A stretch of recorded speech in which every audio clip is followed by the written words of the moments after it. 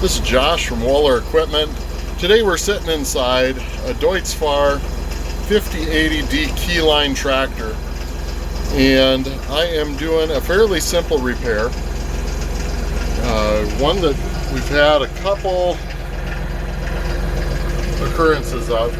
You can see right next to the park there's that symbol.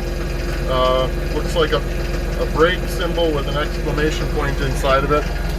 That symbol there is telling you that there's an issue with your service brake fluid.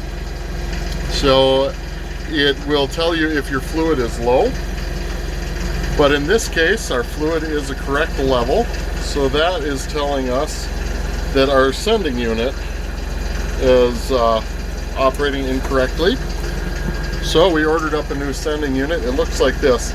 It's the cap for the reservoir. It's got two wires there and this little float. When there's enough fluid, the float floats and closes the contact.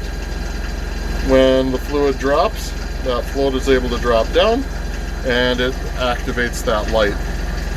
So we'll change that out quick, show you how that's done. Pop our hood right there. Raise it up. Locate our reservoir. Around here on this side. There it is, located right there in the back. The easiest.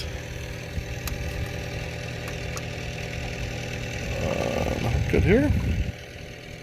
Do it with one hand. Pop our two spades off. There we go. We have the old one. I'm going to pause here, take a picture for warranty purposes. Alright, then we'll take our new deal, we'll stick it in there. Oops. Alright, drop it in. And we'll tighten it down. There we go. Hook up our two wires again.